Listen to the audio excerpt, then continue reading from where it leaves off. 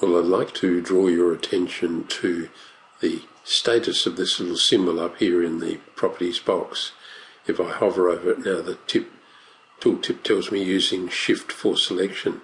That means that in this drawing, which has been developed by one of our gCADPlus users, the setting is set to show 1 there. Why that's important is that if, for the sake of argument, I was in the process of selecting an arc there, I've missed the arc, I'll try again, there's the arc, and I want to join that to another arc up here. Can you see what happens as I select the second arc? It's missed the first arc. In other words, we're in a single selection set mode. Let me hit escape. I can change that by simply clicking there, and we've now got the plus sign.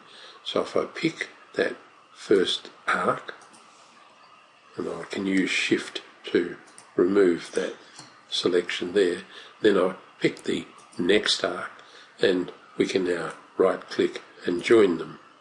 So it is important to keep your eye on the status there. It's controlled also by a global parameter. So if we say selection, arc, press and drag window, use Shift to add it, we're saying no at the moment, but if we click that back to yes, we go OK, and now in the properties box it changes to a 1. So it's a global variable controlling the way the copy of gCADPlus works with this particular drawing.